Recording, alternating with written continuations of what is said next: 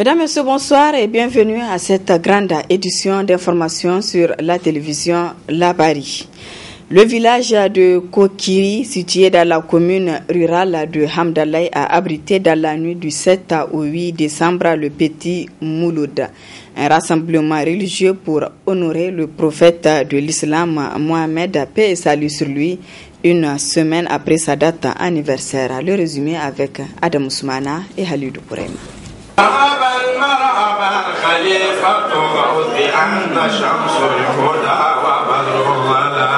Ce chant religieux se veut annonciateur d'un des plus importants événements religieux chez les fidèles croyants tidjaniens. Il s'agit de la commémoration de la venue au monde du sceau du prophète Mohamed, paix et salut d'Allah sur lui. Et pour la présente cérémonie, le Petit Mouloud. Un rendez-vous religieux qui intervient une semaine après la date anniversaire du Mouloud. Cet événement religieux représente la première édition sous le califat de Khalif Tidjani Cheikh Hassan Kochiri, ayant servi de tremplin aux organisateurs pour lever tout équivoque sur cette commémoration. Le Mouloud est un acte pur de dévotion. Le Mouloud est un acte de dévotion parce qu'il se fait dans les mosquées. On entre dans les mosquées pour prier, pour se réfugier auprès d'Allah subhanahu wa ta'ala. Le Mouloud est un acte de dévotion parce qu'il fait des prêches, c'est-à-dire de sensibilisation des fidèles à la pratique du culte. Le Mouloud est un acte de dévolution parmi les fidèles sous la vie de notre cher bien-aimé, le prophète Mohammed sallallahu alayhi wa sallam. La vie des grandes figures de l'islam, l'histoire de notre religion. Le Mouloud est un acte de dévotion parce qu'il consiste à la lecture commentée des larges extraits du Saint-Coran. Le Mouloud est un acte de dévotion parce que c'est un rappel. Allah subhanahu wa ta'ala dit dans la sourate de Très-Haut, je cite, rappel donc, car il est bon de se souvenir. Notons la présence à cette commémoration d'une forte délégation d'officiels au rang desquels le président de l'Assemblée nationale et le ministre d'État, ministre de l'Intérieur et des Affaires religieuses. Ce dernier n'a pas manqué de témoigner toute sa gratitude relativement à leur invitation à ce rendez-vous religieux. Je voudrais vraiment remercier très sincèrement les frères qui nous ont invités à cette soirée, féliciter le nouveau khalifa de Kochiri, avoir une pensée pour le Cheikh Hassan qui nous a quittés il y a de cela quelques mois et dont nous perpétuons la mémoire ce soir, et dire que je suis très heureux d'être là en ce moment de dévotion et de ferveur religieuse, souhaiter une bonne fin de soirée. La prière du petit matin suivie d'une fatia dite pour l'ensemble de la Oumma et pour le pays afin que la paix y règne sont venus boucler ce grand rassemblement religieux à Kochiri. Cette cité religieuse tidjania qui ne fait qu'exceller d'année en année dans l'organisation du Petit Mouloud. Le village de Tchida, toujours dans la commune rurale de Hamdallah, a également célébré le 7e jour du Mouloud dans une ambiance religieuse. Le résumé avec Ismaël Moumouni et Soumaïla Abdoulaye. Manifester leur joie à travers des zikrs et prêches à l'occasion du Mouloud, c'est ce qui a drainé ces milliers de fidèles de la confrérie Tijania à Tchida, village natal du Cheikh Yacoub Mouloud. Un événement grandiose dans la vie du fidèle. Une célébration annuelle pour manifester la joie des musulmans à l'avènement initial de l'islam, parce que c'est la naissance du prophète, c'est la naissance qui annonce le début de tout événement islamique, de tout le contenu de l'islam. Et nous musulmans, nous célébrons ça dans les 4 coins du monde. C'est tout le Niger qui célèbre ce grand événement. Et je vais réitérer le remerciement du Cheikh Yacoub, qui, vous savez, est le village du Cheikh. Et je remercie aussi les organisateurs. Vous savez, pour organiser une célébration pareille, avec au moins, je pense, 4 à 5 000 personnes, pour les héberger, les nourrir, l'organisation matérielle, c'est vraiment un grand boulot et le remerciement de tout le monde. Au nom de Cheikh Yacoub, les organisateurs ont tenu à remercier tous ceux qui ont fait le déplacement pour l'amour du prophète Mohamed, paix et salut sur lui. et le remerciement des participants, de ceux qui sont là. Et aussi nous remercions ceux qui ont quitté leur village et les villages environnants, ceux qui ont quitté des villes pour venir ici. C'est le moment de leur porter nos remerciements. Et nous remercions aussi la presse parce que c'est important que les gens sachent exactement comment ça se manifeste, comment ça se réalise. C'est pas un événement, je ne sais pas comme les autres peuvent le dire, c'est un événement religieux. Et c'est uniquement des prêches, uniquement des prêches qui portent le nom du prophète, qui portent le nom du Dieu et le Seigneur Allah. Donc c'est une manifestation religieuse, le contenu est religieux, il n'y a aucune célébration particulière, que, comme vous l'avez tous constaté. Les participants à ce Mouloud Akida ont tous imploré Dieu pour qu'il descende sa grâce et sa bénédiction sur le Niger et dans tous les pays musulmans du monde entier. Rendez-vous puis alors, Inch'Allah, pour l'année prochaine, pour une autre édition. Réception d'un don ce vendredi matin à la morgue de l'hôpital national de Niamey. Don composé de savon, parfum, eau de javel et autres produits d'entretien remis par l'ONG Agaji Niger. Le résumé avec Abdul Razak Léo et Abdel Nasser Seydou. C'est un bien noble geste que vient de poser là l'ONG Agaji Niger USA. En effet, c'est un don d'une valeur de 1 500 000 que cette organisation vient de remettre au profit de la morgue de l'hôpital national de Niamey. En effet, l'ONG Agaji Niger a été créée grâce à la diaspora nigérienne aux USA, dont le fondateur est Alhaji Mohamed Moussa, un Nigérien qui réside à New York. Cette ONG a pour objectif l'aide humanitaire et d'entreprendre des activités caritatives aux populations démunies. Cette cérémonie est le début d'une série d'actions que l'ONG a l'intention d'organiser bientôt à l'intérieur du pays. Monsieur le directeur général de l'hôpital national de Niamey, j'ai l'honneur de vous remettre ce lot qui va certainement contribuer à l'amélioration du travail de la morgue, surtout pour les plus nécessités, avec l'espoir que ce don sera utilisé à bon escient. Un don composé de 100 kg de tissu blanc, 150 nattes, d'eau de javel et autres parfums de corps, parfums tiges et produits d'entretien. C'est pour nous un honneur et un plaisir aussi de vous accueillir au sein de notre institution par rapport à cette activité qui nous réunit aujourd'hui pour un don que vous faites à la morgue de l'hôpital national de Niamey. Nous allons l'utiliser à bon escient comme vous venez de le souhaiter et ce sera exactement destiné aux plus nécessités. C'est vrai, la morgue de l'hôpital national,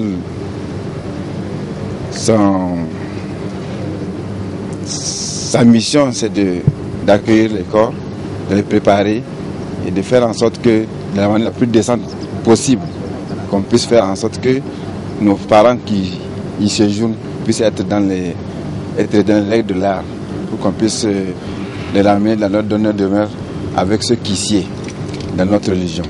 Et c'est dans ce sens que nous pouvons que vous remercier pour l'attention particulière que vous accordez par rapport à ce don que vous venez de faire. Ce don de l'ONG Agaji Niger USA, le premier du genre, ne soit pas le dernier, comme l'a indiqué le coordinateur de la dite organisation, et va sans nul doute apporter un soutien à la morgue de l'hôpital national de Niamey. Cérémonie de remise de diplômes aux militaires formés par les Américains suivie de matériel militaire.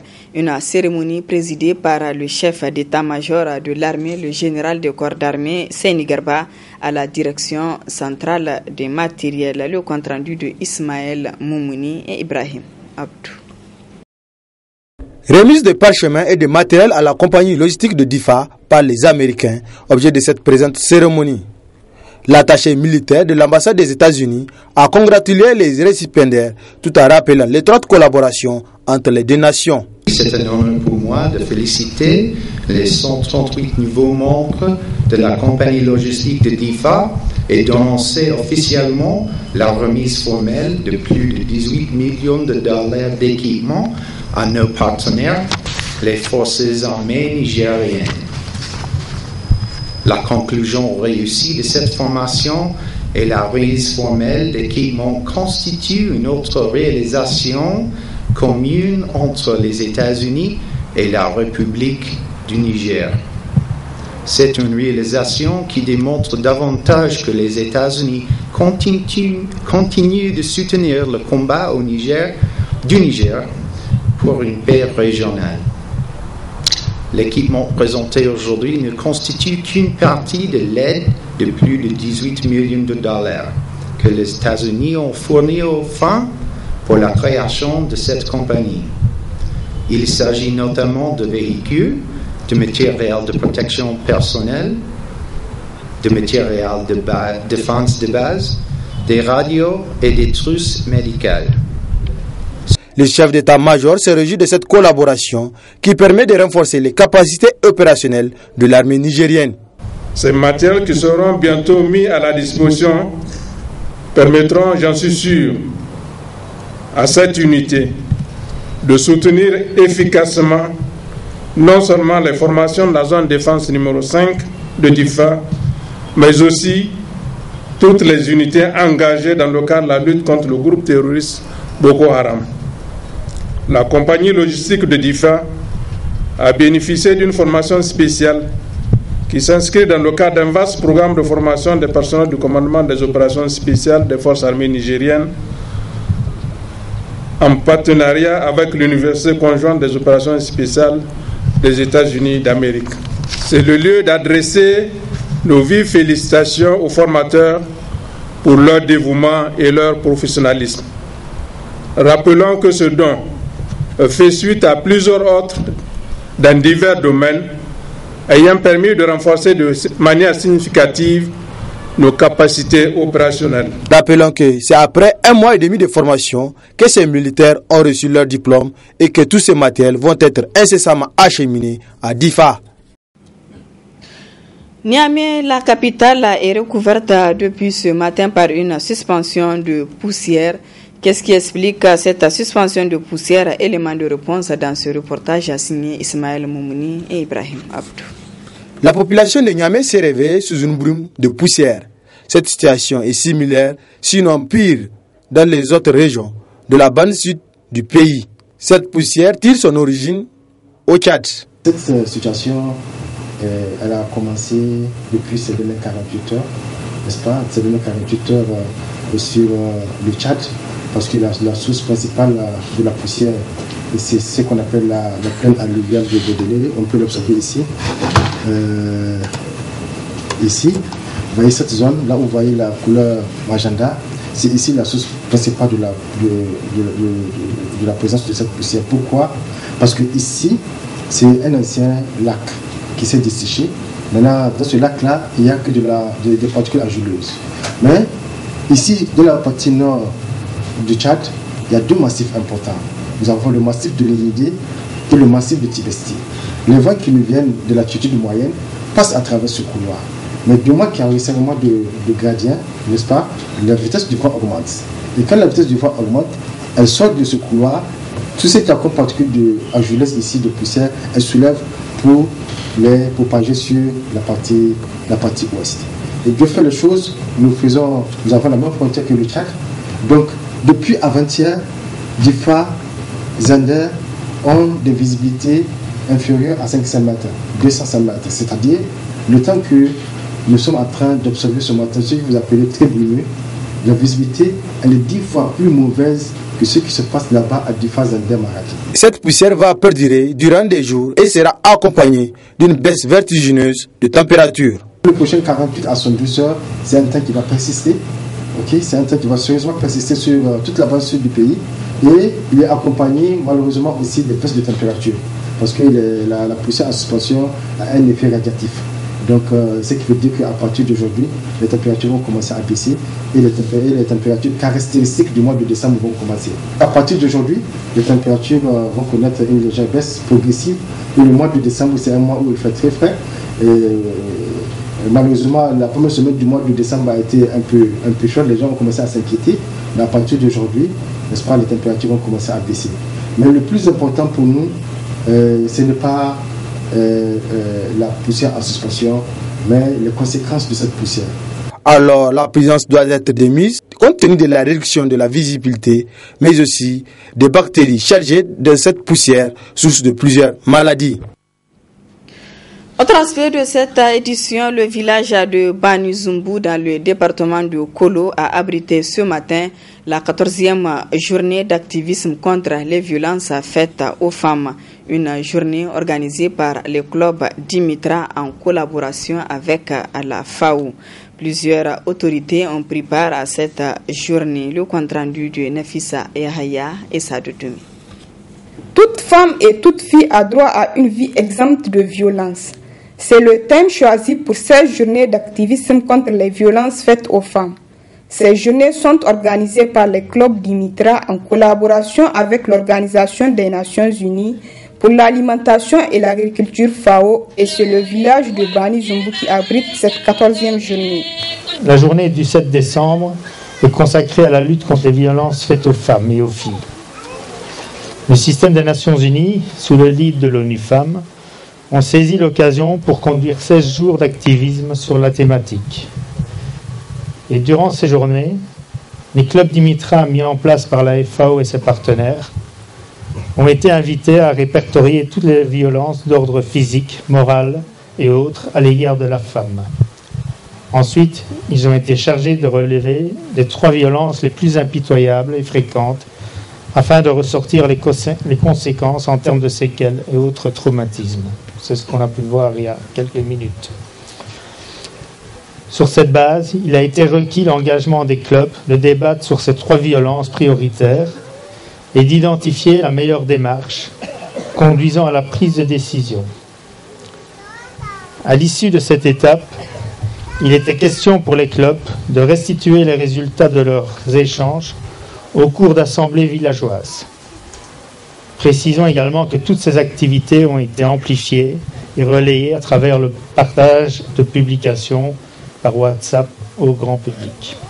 Prenant la parole à cette occasion, le ministre du Développement communautaire a tenu à saluer l'initiative des clubs Dimitra avant de dénoncer les violences faites aux femmes. Dans le cadre de cette journée consacrée à la lutte contre les violences faites aux femmes, ce qui nous a beaucoup marqué ici, et c'est pourquoi nous sommes là, c'est que nous avons trouvé une initiative salutaire qui cadre parfaitement avec nos objectifs, les objectifs du gouvernement de la 7e République. Donc le développement à la base. L'initiative ici, c'est des femmes, des jeunes, des hommes organisés en club, ce qu'ils ont appelé club Dimitra. Je crois que c'est une initiative financée et soutenue par la FAO. Ces clubs jouent un rôle de sensibilisation, d'encadrement des actions, sur les actions de développement, la mobilisation sociale. Et je pense que nous ne pouvons que saluer cela. Nous devons nous devrons nous appuyer sur les femmes si nous voulons agir à la base. Et nous, ce que nous cherchons, c'est le développement à la base. Alors, ces femmes-là qui sont en train de se battre pour apporter leur contribution au développement de ce pays-là, elles ne méritent pas certains traitements. Et c'est pour ça que pour nous, la violence qui est faite aux femmes, elle doit s'arrêter. Notons que les clubs Dimitra œuvrent pour l'autonomisation des femmes et des hommes en milieu rural, d'où la visite du site maraîcher des clubs Dimitra Banizumbu, effectuée par le ministre pour s'enquérir des efforts fournis par ces femmes pour contribuer au développement de leur village. Restons dans le département de Kolo, plus précisément dans la commune de Sadoré, où s'est ouvert ce matin un atelier du réseau des journalistes pour la santé RJPS. Un atelier qui vise à consolider le partenariat entre le réseau et l'Organisation mondiale de la santé OMS. Le compte-rendu de Asama Osedou et Chebou Guissou. Mettre en place un partenariat entre l'Organisation mondiale de la santé et le réseau des journalistes pour la santé du Niger, tel est l'objectif visé à travers ce présent atelier. Le réseau des journalistes pour la santé est une organisation non gouvernementale qui se bat auprès de la population pour un changement de comportement durable dans le cadre de la santé, grâce à l'engagement des hommes et des femmes de médias publics et privés qui le constituent, mais aussi au soutien de nos partenaires, surtout l'OMS qui a accepté toujours d'être avec nous. C'est dans ce cadre que nous saluons fortement l'initiative commune avec l'Organisation mondiale de la santé. Présent à l'atelier, le représentant du ministère de la Santé se réjouit de cette initiative. Le réseau de journalistes pour la santé, je pense que c'est l'occasion aussi pour vraiment féliciter ce réseau et de les encourager. Je pense qu'au niveau du ministère de la Santé publique, la direction qui est chargée de la communication doit travailler en étroite collaboration avec ce réseau pour qu'on puisse vraiment aboutir à un changement de comportement souhaité en matière de santé. Prenant la parole, le représentant de l'Organisation mondiale de la santé précise les moyens de profit qu'ils ont mis en place. Au Niger, l'Organisation mondiale de la santé soutient le gouvernement à l'élaboration, la mise en œuvre des politiques et plans nationaux de développement sanitaire sur la base d'une stratégie de coopération qui prend en compte les axes prioritaires de la santé dans le pays en fonction des avantages comparatifs de l'organisation. C'est dans ce cadre que cette rencontre est initiée conjointement par le réseau des journalistes pour la santé et le bureau de l'OMS au Niger. En effet, à nos yeux, ce réseau, une excellente initiative en matière de communication et de sensibilisation pour toutes les questions de santé, constitue une opportunité qui rassemble plusieurs organes médiatiques du pays, contribuant ainsi à une meilleure accessibilité de l'information sur les thèmes de santé. Il faut noter que cet atelier de formation, de mise en place d'un partenariat entre l'OMS et le réseau des journalistes pour la santé du Niger, est financé par l'Organisation mondiale de la santé, OMS. Voilà, mesdames, messieurs, ici prend fin ce journal. Merci à vous de l'avoir suivi et excellente soirée en compagnie du programme de la télévision.